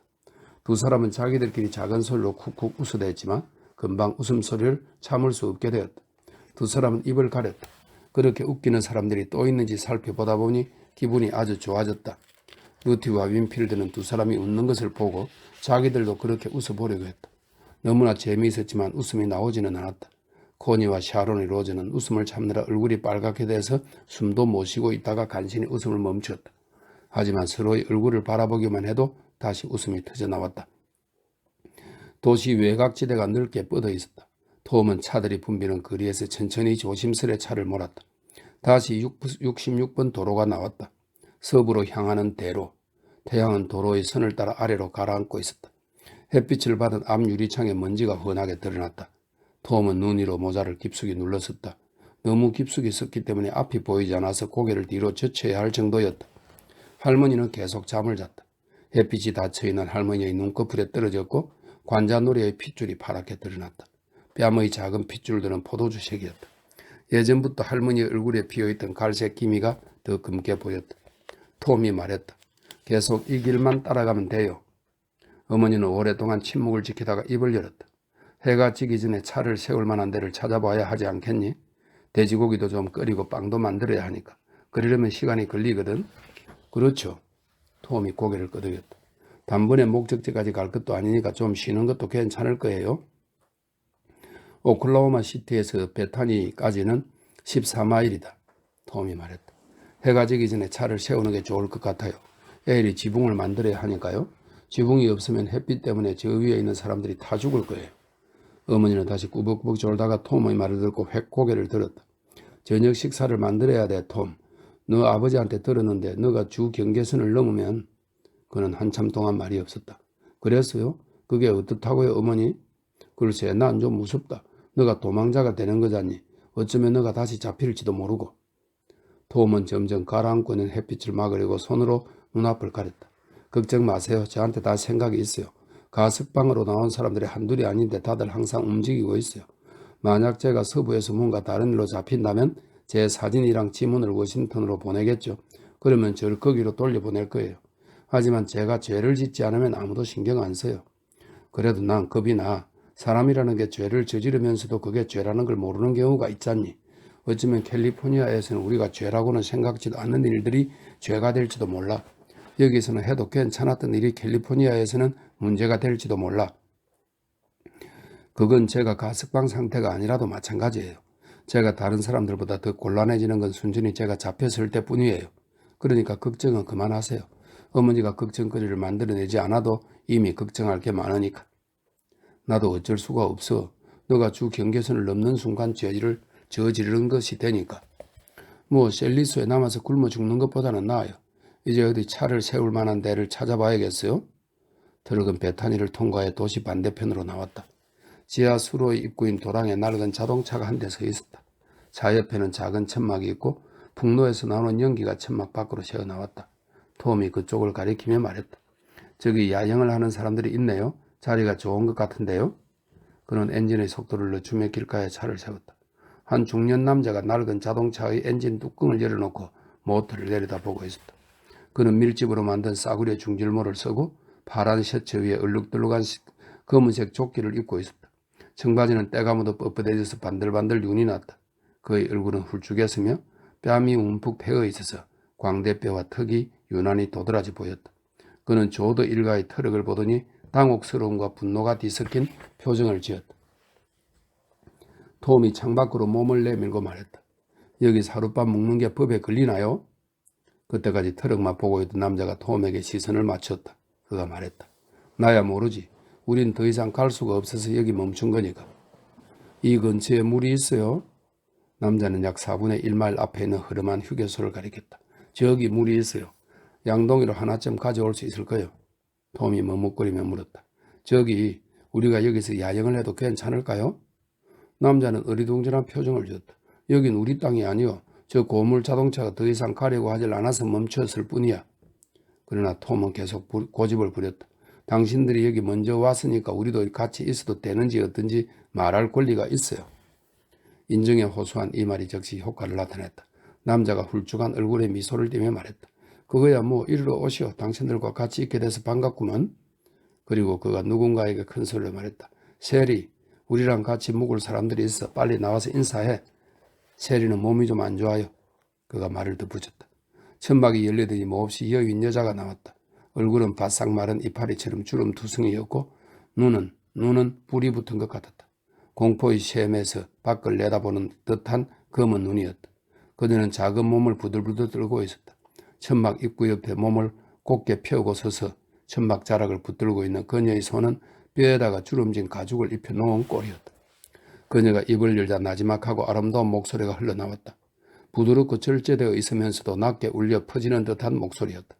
그녀가 말했다. 잘 오셨다고 해요. 정말 잘 오셨다고. 톰은 트럭을 들판으로 몰고 가서 남자의 자동차 옆에 나란히 세웠다. 식구들이 서둘러 트럭에서 내렸다. 루티와 윈필드는 너무 서둘러 내려오다가 그만 발을 헛디디는 바람에 사지가 쑤신다고 비명을 질러댔다. 어머니는 재빨리 요리할 준비를 시작했다. 우선 트럭 뒤에 매달아 놓은 3갤런들이 양동이를 풀어 비명을 지르고 있는 아이들에게 다가갔다. 자, 가서 물을 좀 가져와. 저 아래쪽에다 얌전하게 끓여야 돼. 저 물 좀 가져가도 될까요? 이러란 말이야. 고맙다는 말도 하고 둘이 같이 물을 들고 와. 흘리면 안 된다. 그리고 땔감으로 쓸만한 나무가 있거든. 그것도 좀 들고 와. 아이들은 휴게소를 향해 쿵쿵 발소리를 내며 걸어갔다. 천막 옆에서는 약간 당황스러운 분위기가 펼쳐지고 있었다. 서로 대화를 시작하기도 전에 말이 끊겨버린 것이다. 아버지가 말했다. 오클라호마 분들이 아니시오? 자동차 옆에 서 있던 엘이 번호판을 보며 말했다. 캔자스예요. 훌쭉한 남자가 입을 열었다. 갈레나입니다. 그 근처죠. 전 윌슨입니다. 아이비 윌슨. 우린 조도요. 셀리소 근처에서 왔어. 아버지가 말했다. 이렇게 만나게 돼서 반갑습니다. 아이비 윌슨이 말했다. 셀이, 조드식 가족들이셔. 당신들이 오클라호마 사람이 아닌 줄 알았어. 말투가 좀 이상했거든. 뭐 그게 어떻다는 건 아니지만. 아이비가 말했다. 다들 말투가 다르죠. 아칸소 사람들 말투도 다르고 오클라호마 사람들 말투도 다르고 매사추세츠에서 온 부인을 만난 적이 있는데 그 여자 말투만큼 이상한 걸 본 적이 없습니다. 무슨 말인지 도통 알아들을 수가 없더라고요. 노아와 큰아버지와 목사가 트럭의 짐을 내리기 시작했다. 우선 할아버지가 트럭에서 내리는 것을 도와준 다음 할아버지를 땅바닥에 앉혔다. 할아버지는 힘없이 앉아서 멀거니 앞만 바라보았다. 어디 편찮으세요, 할아버지? 노아가 물었다. 당연하지. 할아버지가 힘없는 목소리로 말했다. 아파 죽겠다. 세리 윌슨이 천천히 조심스레 할아버지에게 다가갔다. 저희 천막 안으로 들어와 쉬실래요? 그녀가 물었다. 저희 매트리스에 누워서 좀 쉬세요. 할아버지는 그녀의 부드러운 목소리에 이끌려 그녀를 올려다보았다. 어서 오세요. 좀 쉬실 수 있을 거예요. 저희가 부축해서 모셔다 드릴게요. 그녀가 말했다. 할아버지가 느닷없이 울기 시작했다. 턱을 떨면서 쭈글쭈글한 입술을 굳게 다물더니 갈라진 목소리로 흐느끼기 시작한 것이다. 어머니가 재빨리 달려와서 할아버지를 안아주었다. 그리고 널찍한 등에 힘을 주며 할아버지를 이렇게 세워 반쯤 들어 올리다시피 할아버지를 부축해서 천막으로 데려갔다. 조언이 말했다. 정말로 편찮으신 모양이야. 저러신 적이 없는데 아버지가 저렇게 엉엉 우는 건 평생 본 적이 없어. 조언은 트럭 위로 뛰어올라 매트리스를 아래로 던졌다. 어머니가 천막 밖으로 나와 케이시에게 다가갔다. 아픈 사람들을 돌보신 적이 있죠? 아버님이 편찮으세요. 가서 한번 봐주시겠어요? 케이시는 재빨리 천막으로 가서 안으로 들어갔다. 더블 사이즈의 매트리스가 바닥에 놓여 있고 그 위에 담요가 깔끔하게 덮여 있었다. 새로 만든 다리가 달린 자그마한 양철 풍로 안에서는 불길이 불규칙하게 타오르고 있었다. 물이 담긴 양동이 하나, 필요한 물건들을 담은 나무 상자 하나, 식탁 대신 쓰는 상자, 이것이 전부였다. 천막벽을 통과해 들어온 석양빛이 분홍색을 띠었다. 세리 윌슨은 매트리스 옆에 땅바닥에 무릎을 꿇고 앉아 있었고 할아버지는 똑바로 누워 있었다. 눈을 뜬 채 멀거니 천장을 바라보고 있는 할아버지의 뺨이 붉게 달아올라 있었다. 숨소리도 거칠었다. 케이시는 뼈만 남은 노인의 손목을 손가락으로 잡았다. 피곤하세요, 할아버지? 그가 물었다. 천장을 바라보던 눈이 목소리가 들려오는 쪽으로 움직였지만 케이시를 찾아내지는 못했다. 무언가 말을 하려고 입술을 달싹거리는데도 말이 소리가 되어 나오지는 않았다. 케이시는 맥박을 잰 다음 손목을 놓고 손으로 할아버지의 이마를 짚었다. 할아버지의 몸이 제멋대로 움직이기 시작했다. 할아버지의 다리가 불안하게 움직이고 손도 꼼지락거렸다. 할아버지의 입에서는 도저히 알아들을 수 없을 정도로 뭉개져 버린 소리가 연달아 나왔다. 삐죽삐죽한 하얀 수염 밑의 얼굴은 붉은색이었다. 세리 윌슨이 케이지에게 조용히 말했다. 무슨 병인지 아세요? 그는 고개를 들어 셰리의 주름진 얼굴과 타는 듯한 눈을 바라보았다. 아주머니는 아십니까? 알 것 같아요. 뭔데요? 제 생각이 틀릴지도 모르니까 말하고 싶지 않아요. 케이시는 경련을 일으키고 있는 붉은 얼굴을 다시 바라보았다. 그러니까 혹시 뇌졸중인지도 모른다고 생각하시는 겁니까? 그런 것 같아요. 전에 3번이나 본 적이 있거든요. 밖에서 야영을 준비하는 소리가 들려왔다. 장작을 패는 소리, 냄비를 부딪히는 소리, 어머니가 천막 입구로 얼굴을 들이밀었다. 할머니가 들어와 보고 싶으시대요. 그 편이 나을까요? 목사가 말했다. 못 들어오게 하면 안달을 하실 분이잖아요. 아버님은 괜찮으실까요? 어머니가 물었다. 케이시는 천천히 고개를 저었다. 어머니는 피가 몰려서 요동을 치고 있는 할아버지의 얼굴을 재빨리 내려다보았다. 그리고 밖으로 나갔다.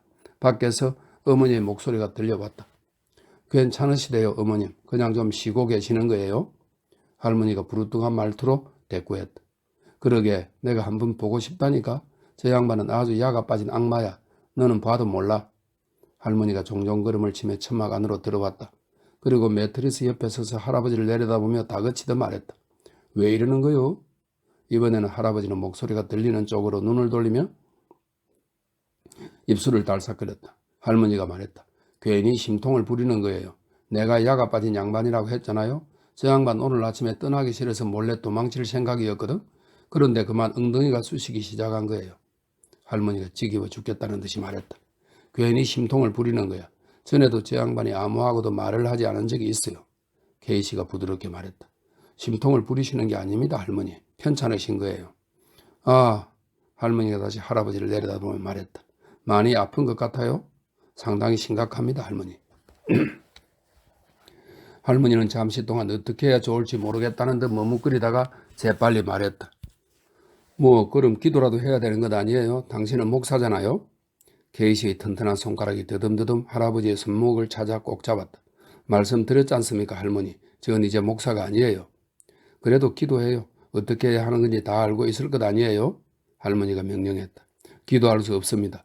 무엇을 위해 기도해야 하는지 누구한테 기도해야 하는지 몰라요.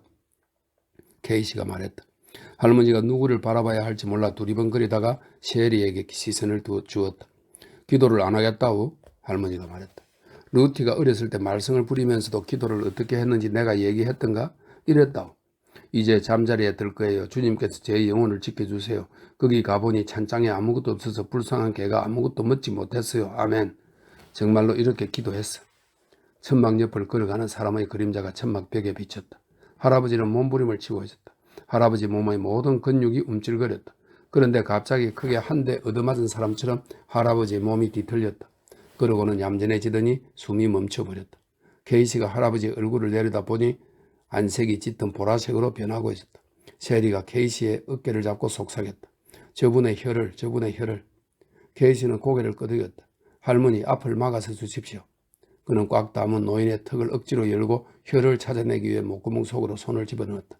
그가 목구멍에서 혀를 떼어내자 가르랑거리는 숨소리가 새어나왔다. 곧 흐느낄 때처럼 숨을 들이켜는 소리가 이어졌다. 케이시는 바닥에 떨어져 있던 막대기로 혀를 눌렀다. 고르지 못한 숨소리가 가래 끓는 소리와 함께 계속 이어졌다. 할머니는 닭처럼 펄쩍펄쩍 뛰었다. 기도해요, 기도하란 말이야. 셰리가 할머니를 진정시키려 했다. 기도해, 젠장. 할머니가 소리쳤다. 케이시는 잠시 할머니를 올려다 보았다. 거친 숨소리가 점점 커지면서 더욱더 거칠어졌다. 하늘에 계신 우리 아버지, 이름이 거룩히 여김을 받으시오며. 주여, 할머니가 소리쳤다. 뜻이 하늘에서 이룬 것 같이 땅에서도 이루어지이다. 아멘. 할아버지의 벌어진 입에서 헐떡이는 듯한 한숨이 길게 새어나오더니 공기가 빠져나오면서 우는 것 같은 소리가 났다. 오늘날 우리에게 일용한 양식을 주옵시고 우리가 우리에게. 숨소리가 이미 멎어 있었다. 케이시는 할아버지의 눈을 내려다 보았다. 맑고 깊으며 상대를 꿰뚫는 듯한 눈이었다. 그 속에는 모든 것을 다 아는 듯한 고요함도 깃들어 있었다. 할렐루야, 할머니가 계속했다. 계속해요. 아멘. 케이시가 말했다. 할머니가 조용해졌다. 천막 바깥도 조용해져 있었다. 고속도로에서 자동차 한 대가 휙 지나갔다. 케이시는 여전히 매트리스 옆의 바닥에 무릎을 꿇고 있었다. 밖에 있는 사람들은 사람이 죽어가는 소리에 열심히 귀를 기울이며 조용히 서 있었다. 셰리가 할머니의 팔을 잡고 밖으로 나갔다. 할머니는 고개를 높이 들고 위험 있게 움직였다. 가족들을 위해 고개를 똑바로 들고 걸었다. 셰리가 땅바닥에 놓인 매트리스로 할머니를 데려가서 앉혔다. 할머니는 의연하게 똑바로 앞을 바라보았다. 이제 식구들에게 자신의 의연한 모습을 보여주어야 하므로 천막 안은 조용했다. 마침내 케이시가 손으로 천막 입구를 젖히며 밖으로 나왔다. 아버지가 조용히 물었다. 어떻게 된 거요? 케이시가 말했다. 뇌졸중입니다. 급성 뇌졸중 발작이었어요. 삶이 다시 시작되었다. 태양이 지평선에다 납작해졌다. 고속도로에는 옆구리를 빨갛게 칠하고 짐을 엄청나게 많이 실은 트럭들이 길게 늘어섰다. 트럭들이 부응하고 지나가자 땅이 약간 흔들렸다. 배기관에서는 디젤 기름에서 나오는 파란 연기가 뿜어져 나왔다. 트럭의 운전사는 각각 한 사람이었고 그와 교대할 또 다른 운전사는 천장에 높이 매달아 놓은 침상에서 자고 있었다. 그러나 트럭들은 결코 멈추는 법이 없었다. 그들은 밤낮으로 천둥 같은 소리를 내며 달렸고 그들의 무게 때문에 땅이 흔들거렸다. 식구들은 하나가 되었다. 아버지는 큰아버지와 나란히 땅바닥에 앉았다. 이제 아버지가 가장이었다. 어머니는 아버지 뒤에 서 있었다. 노아와 톰과 엘은 쪼그리고 앉았고 목사는 바닥에 앉아 팔꿈치를 바닥에 대고 등을 뒤로 기울였다. 코니와 샤론이 로제가 멀리서 걷고 있었다. 물을 담은 양동이를 들고 제잘되며 걸어오던 루티와 윈필드가 달라진 분위기를 감지하고 걸음을 늦추며 양동이를 내려놓았다. 그리고 조용히 움직여서 어머니 옆에 섰다. 할머니는 의연하고 냉정한 모습으로 앉아 있었다. 식구들이 다 모일 때까지, 아무도 자신을 보지 않게 될 때까지. 할머니는 마침내 매트리스 위에 누워서 팔로 얼굴을 가렸다. 붉은 태양이 지고 땅 위에는 빛나는 황혼이 남았다. 식구들의 얼굴이 그 빛을 받아 밝게 빛났고 하늘의 빛이 식구들의 눈에 반사되었다. 저녁 노을이 모든 빛을 빨아들이고 있었다. 아버지가 말했다. 윌슨 씨의 천막 안에서 임종하셨다. 조언이 고개를 끄덕였다. 윌슨 씨가 천막을 빌려주었지. 정말 친절한 분들이다. 아버지가 부드럽게 말했다. 윌슨은 고장난 자기 자동차 옆에 서 있었고 셰리는 매트리스가 있는 곳으로 가서 할머니 옆에 앉아 있었다. 그러나 그녀는 할머니의 몸에 함부로 손을 대지 않으려고 조심했다. 아버지가 소리쳤다. 윌슨 씨. 윌슨이 가까이 다가와서 바닥에 앉았다. 셰리는 그 옆에 섰다. 아버지가 말했다. 정말 감사드립니다. 도와드릴 수 있어서 다행이죠. 윌슨이 말했다. 저희가 신세를 졌습니다. 아버지가 말했다. 사람이 죽는 마당에 신세라니요. 윌슨이 말했다. 셰리도 맞장구를 쳤다. 그런 말씀 마세요. 엘이 말했다. 제가 자동차를 고쳐드릴게요. 형이랑 같이. 엘은 가족이 진 빚을 자신이 갚을 수 있게 되어 자랑스러운 모양이었다. 도와주시면 고맙죠. 윌슨이 호의를 받아들였다. 아버지가 말했다. 이제 어떻게 할 건지 생각해 봐야지. 법적인 문제도 있고 누가 죽으면 반드시 신고를 해야 하는데 장례 비용으로 40달러를 내리지 않으면 할아버지는 빈민 묘지에 묻히게 될 거야. 조언이 끼어들었다. 우린 빈민이 아니야. 톰이 말했다. 어쩌면 그런 일도 겪어봐야 할지 몰라요. 전에는 땅에서 쫓겨난 적이 없었으니까. 아버지가 말했다. 우린 깨끗하게 살았어. 욕먹을 짓을 한 적 없다. 값을 치를 수 없는 물건을 억지로 뺏은 적도 없고 남의 적선을 바란 적도 없어. 도움이 문제를 일으켰을 때도 우리는 떳떳하게 고개를 들 수 있었다. 도움은 누구나 할 만한 일을 했을 뿐이니까. 그럼 어떻게 하지? 존이 물었다. 법대로 신고하면 사람들이 와서 아버지를 데려갈 거예요. 우리가 가진 돈이 150달러 뿐인데 장례 비용으로 40달러를 주면 캘리포니아까지 갈 수가 없어요. 돈을 안 내면 아버지가 빈민묘지에 묻힐 테고. 남자들이 불안한 듯 부스럭거리며 무릎 앞에서 점점 어두워지고 있는 땅바닥만 바라보았다. 아버지가 부드럽게 말했다. 아버지는 당신의 아버님을 직접 땅에 묻으셨어요. 그걸 자랑스럽게 생각하셨죠. 삽으로 직접 무덤을 예쁘게 다듬었다고 하셨어요. 그때는 사람이 아들 손에 묻힐 권리도 있었고 아들이 아버지를 묻을 권리도 있었죠. 존이 말했다. 지금은 법이 달라졌어. 아버지가 말했다. 가끔은 아무래도 법을 지킬 수 없을 때가 있는 법이에요. 남한테 부끄럽지 않게 법을 따르려면 그렇죠. 그럴 수 없을 때가 많아요. 플로이드가 미쳐서 날릴 때도 법대로 가면 우리가 이 아이를 포기했어야 하지만 아무도 포기하지 않았잖아요. 가끔은 법도 가려가며 지켜야 해요. 그러니까 내 말은 내가 내 아버지를 직접 땅에 묻을 권리가 있다는 거예요. 누구 할 말 있나? 목사가 팔꿈치를 짚은 채 몸을 일으켰다. 법은 변하지만 사람이 반드시 해야 할 일은 변하지 않습니다. 아버지는 반드시 해야 할 일을 할 수 있는 권리가 있어요. 아버지는 큰아버지에게 시선을 돌렸다. 그건 형님의 권리이기도 해요. 형님 생각은 어때요? 나도 같은 생각이야. 다만 밤중에 아버지를 몰래 숨기는 것 같아서. 아버지는 무슨 일이든 단도직입적으로 맞서는 분이셨는데? 톰이 끼어들었다. 인부들이 땅을 파다가 시체를 발견하고 살인사건이라면 난리를 피울 수도 있어요. 정부는 산 사람보다 죽은 사람한테 관심이 더 많죠. 그래서 그 시체가 누군지 어떻게 죽었는지를 밝혀내려고 모든 걸 사사시 조사할 거예요. 쪽지를 써서 병에다 넣어가지고 할아버지와 같이 묻는 게 어떨까요? 할아버지가 누구고 어떻게 죽었는지를 거기다 밝히는 거예요. 왜 여기 묻혀 있는지도. 아버지가 고개를 끄덕였다. 그게 좋겠다. 깨끗하게 잘 쓰면 되니까. 아버지도 그리 외롭지 않으실 거야. 당신의 이름이 옆에 있으니까. 그냥 땅속에 묻힌 외로운 노인네가 아니라는 거지. 더 할 말 있나? 식구들은 침묵을 지켰다. 아버지가 어머니에게 시선을 돌렸다. 당신이 염을 좀 해줘요. 그럴게요. 하지만 저녁 식사는 누가 하지? 셰리 웰슨이 말했다. 제가 할게요. 걱정 말고 일 보세요. 제가 댁의 큰딸하고 같이 할 테니까. 어머니가 말했다. 정말 고마워요, 노아. 저기 나무통에서 돼지고기를 좋은 걸로 골라서 조금 가져와라. 아직 푹 절여지지는 않았겠지만 먹기에는 딱 좋을 거야. 저희한테 감자 반자루가 있어요. 세리가 말했다. 어머니가 말했다. 50센트짜리 2개만 줘봐요. 아버지가 주머니를 뒤져 동전을 건네주었다. 어머니는 대야를 찾아 물을 가득 채운 다음 천막 안으로 들어갔다. 천막 안은 아주 어두웠다. 세리가 들어와 촛불을 켜서 상자 위에 세워놓고는 밖으로 나갔다. 어머니는 잠시 동안 노인의 시체를 내려다보았다. 그리고 안쓰러워하면서 자신의 앞치마를 길게 찢어 할아버지의 턱을 묶었다. 그 다음으로 사지를 곱게 펴주고 양손을 가슴 위에 포개놓았다. 또 눈꺼풀을 아래로 누르면서 동전을 하나씩 올려놓았다. 마지막으로 어머니는 할아버지의 셔츠 단추를 잠그고 얼굴을 씻겨주었다. 세리가 안을 들여다보며 말했다. 좀 도와드릴까요? 어머니가 천천히 고개를 들었다. 들어오세요. 할 얘기가 있어요. 세리가 말했다. 큰딸이 아주 착해요. 감자 껍질을 아주 잘 벗기더라고요. 뭘 도와드릴까요? 아버님을 깨끗이 씻어드리려고 하는데 갈아입힐 옷이 없어요. 게다가 아주머니는 이불까지 더러워졌고 이불에 한번 죽음의 냄새가 배면 절대 지울 수 없는데 우리 어머니가 돌아가실 때 누워있던 매트리스를 보고 개가 으르렁거리며 몸을 부들부들 뜨는 걸 본 적이 있어요. 어머니가 돌아가신 지 2년이 지난 다음이었는데 그러니까 이 이불로 아버님을 싸고 대신 저희 이불을 드릴게요. 그런 말씀 마세요. 우리가 도움이 돼서 기쁜데요 뭘. 오랫동안 그렇게 편안함을 느껴본 적이 없어요. 사람들은 서로 도우면서 살아야 돼요. 어머니가 고개를 끄덕였다. 그렇죠. 어머니는 수염이 난 할아버지의 주름진 얼굴을 오랫동안 들여다보았다.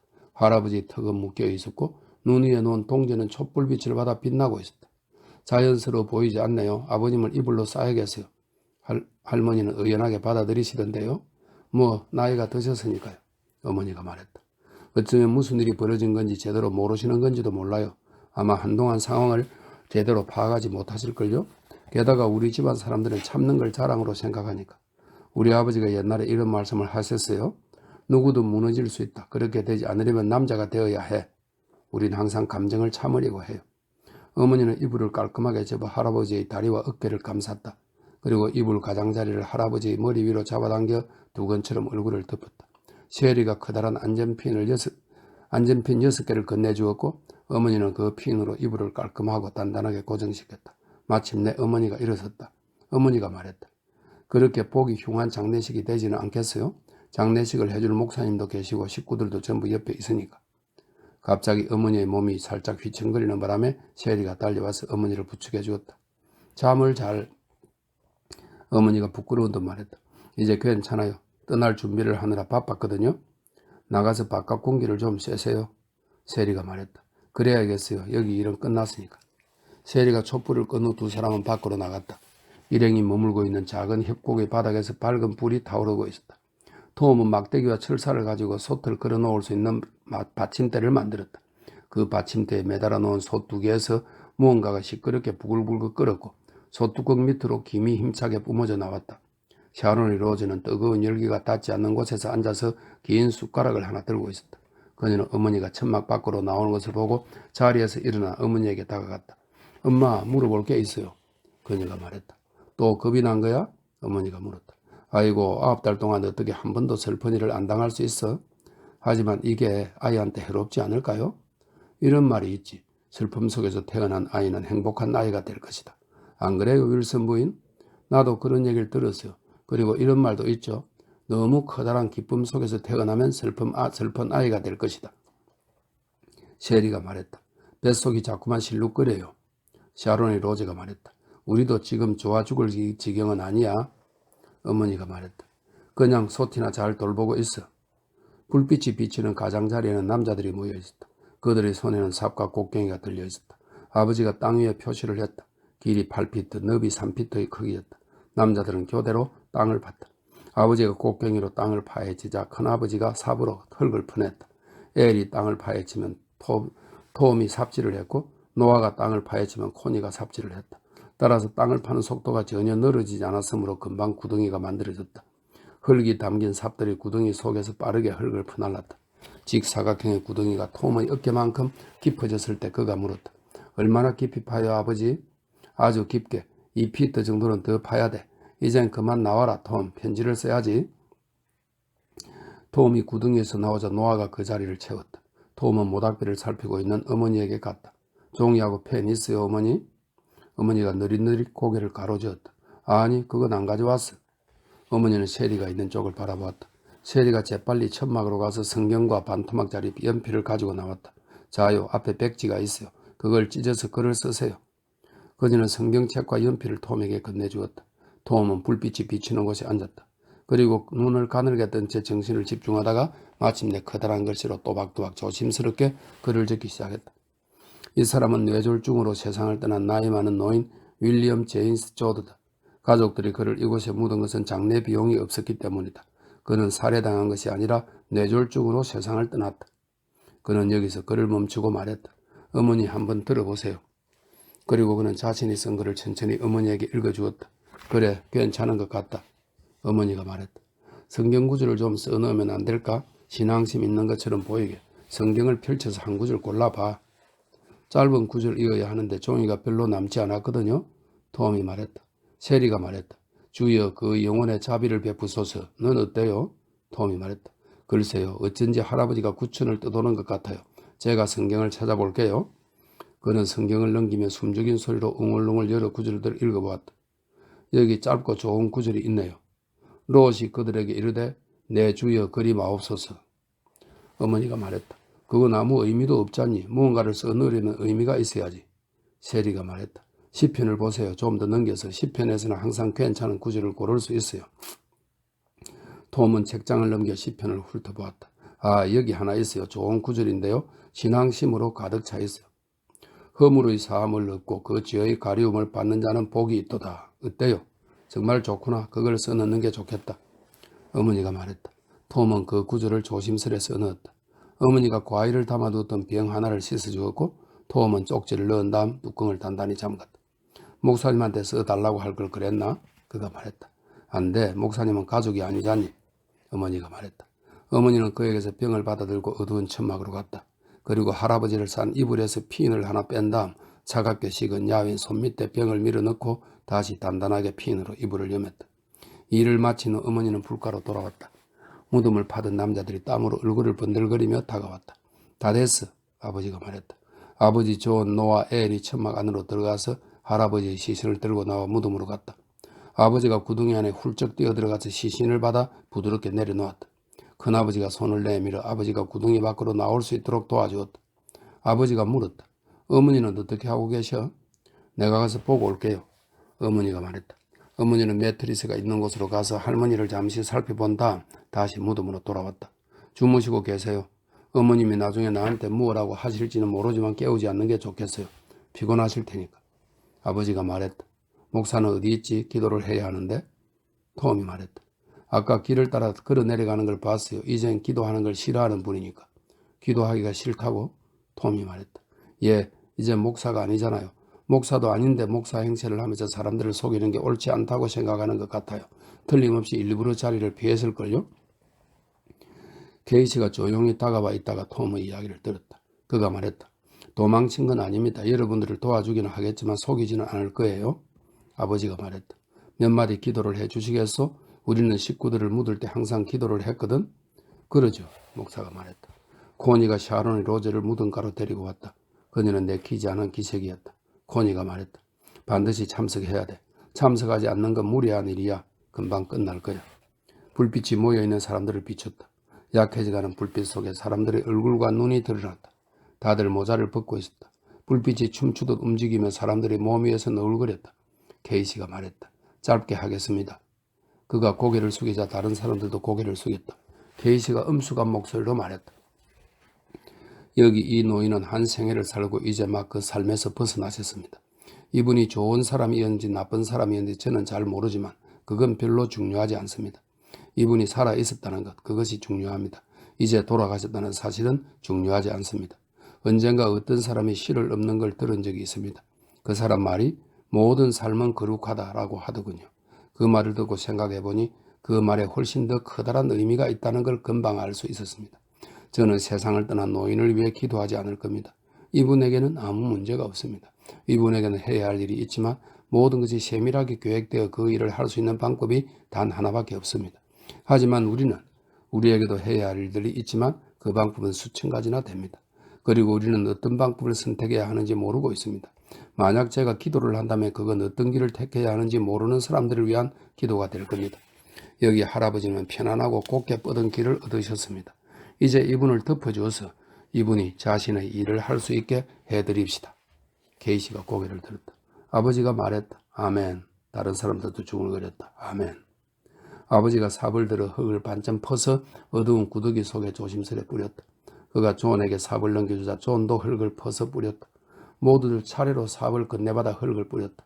모든 사람이 이렇게 각자의 의무와 권리를 다한 후 아버지가 흙더미에 흙을 퍼서 서둘러 구덩이를 메우기 시작했다.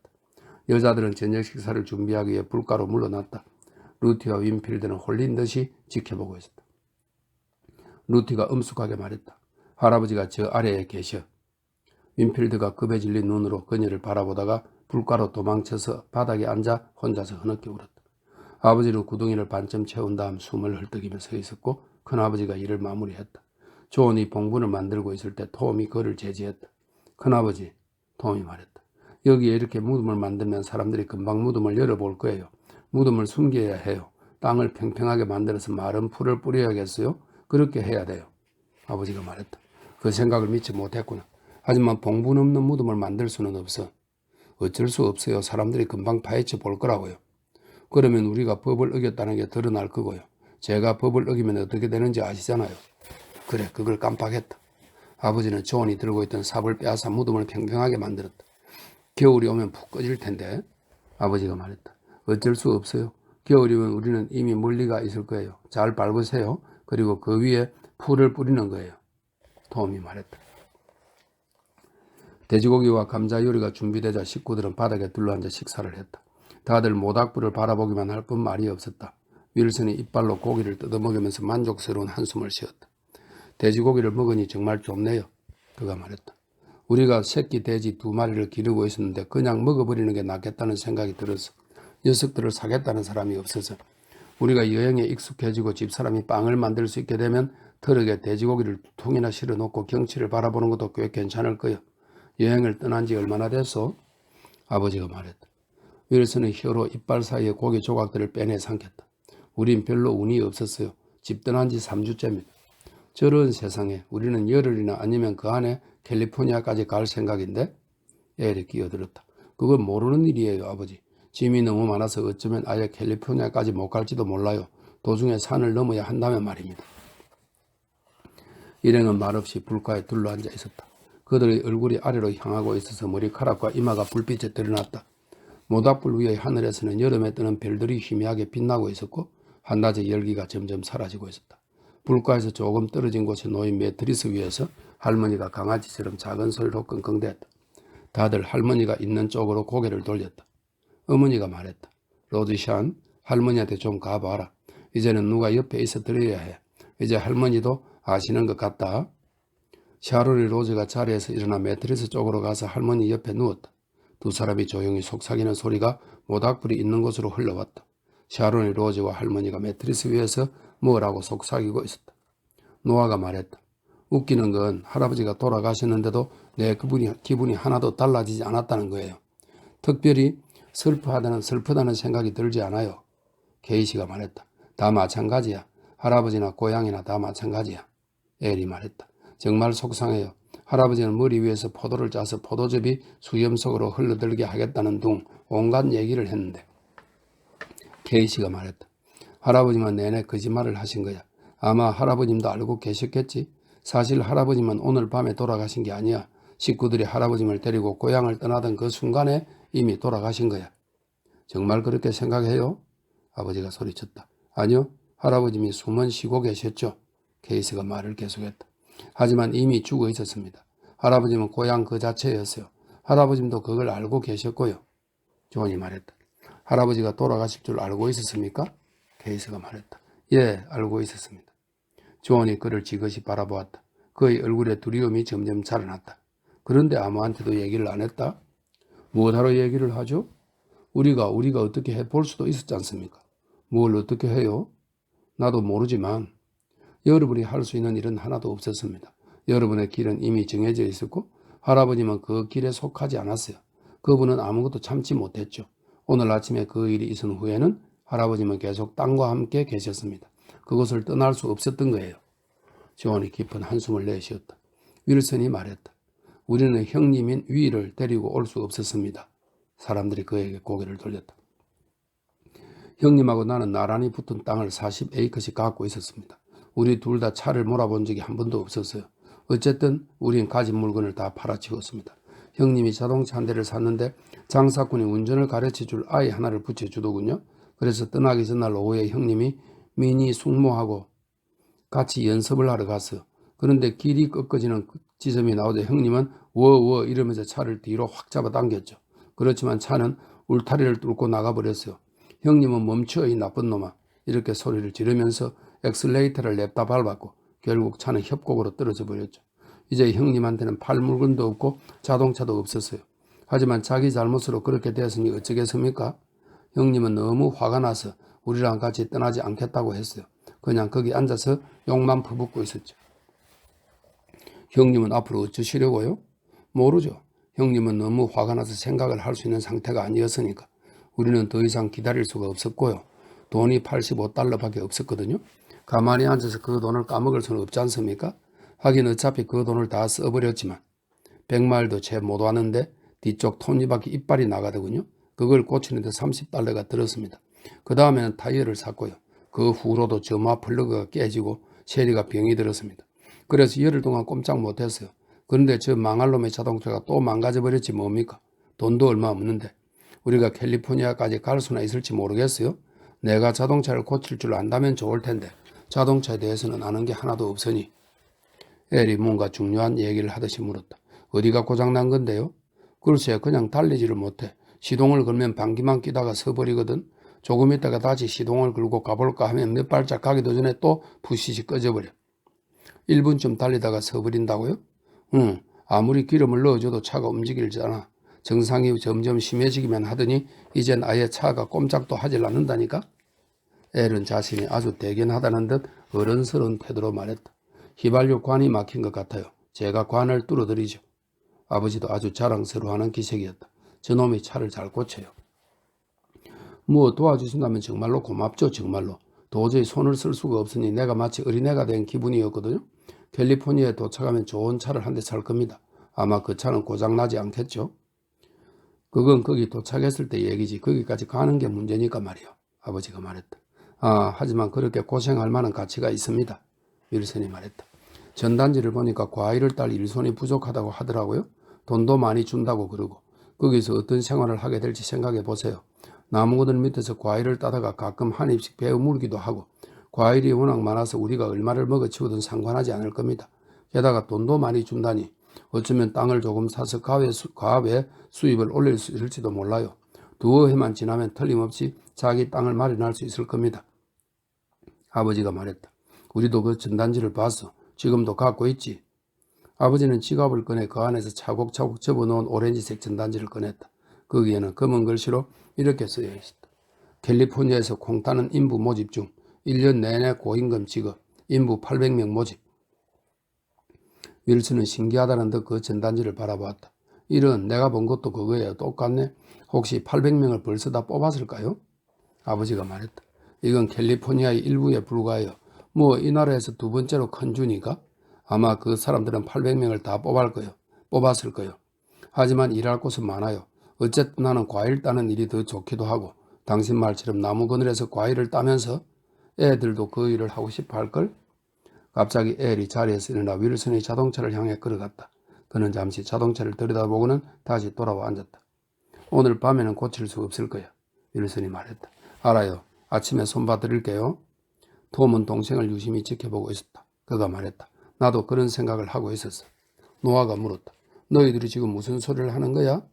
톰과 엘은 서로 상대방이 입을 열기를 기다리며 말이 없었다. 마침내 엘이 말했다. 형이 말해. 그게 어쩌면 쓸데없는 생각일 수도 있고 엘이 생각하는 것과는 다를 수도 있어요. 어쨌든 내가 생각한 건 우린 짐이 너무 많지만 윌슨 시내는 그렇지 않다는 거예요. 만약 우리 식구 몇 명이 윌슨 시내 차를 타고 대신 윌슨 시내 짐 중에서 가벼운 걸 조금 트럭에 옮겨 실으면 언덕을 넘어도 서프링이 부러지지 않을 거예요. 나랑 엘이 둘 다 자동차를 조금 아니까 저 차를 계속 손봐 줄 수도 있고 우리가 같이 여행을 하면 다 같이 이득을 볼 수 있다는 거죠. 윌슨이 신에서 펄쩍 뛰듯이 일어서며 말했다. 그래 그렇지 우린 좋아요. 그렇게 하면 좋지. 지금 얘기 들어서 셰리가 말했다. 좋은 생각이에요. 우리가 여러분께 짐이 되지는 않을까요? 아버지가 말했다. 아이고 그런 걱정 말아요. 전혀 짐이 되지 않을 테니. 오히려 우리한테 도움이 될걸요? 윌슨이 불안한 표정으로 다시 자리를 잡았다. 저기 난 잘 모르겠어요. 왜 그래요? 같이 가기 싫은 건가? 그게 저기 우리한테 남은 돈이 $30밖에 없어요. 그래서 여러분의 짐이 되고 싶지 않아요. 어머니가 말했다. 짐이 되지 않을 거예요. 서로서로 도우면서 다 같이 캘리포니아로 가는 거지. 아버님 시신을 염할 때 셰리 윌슨 부인이 도와주셨어요.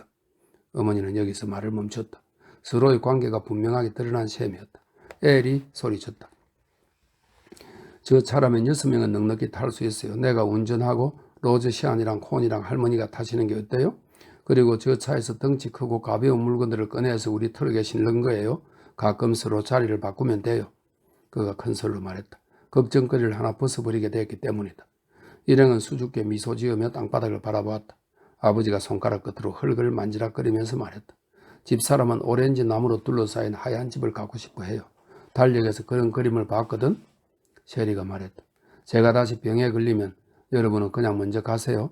저희는 짐이 되고 싶지 않아요. 어머니가 셰리를 유심히 바라보았다. 고통에 찌들어서 점점 쪼그라드는 얼굴과 고통에 지친 눈을 처음으로 보는 것 같았다. 어머니가 말했다. 우린 댁들하고 끝까지 같이 갈 거예요. 아주머니가 아까 그랬잖아요. 상대가 도움을 원하지 않는다고 해서 가만히 내버려 둘 수는 없다고. 셰리는 불빛 속에서 어머니의 주름진 손을 유심히 살펴보았다. 다들 잠을 좀 자두어야겠어요. 그녀가 자리에서 일어섰다. 아버님이 돌아가신 지 한 1년은 된 것 같네. 어머니가 말했다. 식구들은 실컷 하품을 하면서 느릿느릿 잠자리로 향했다.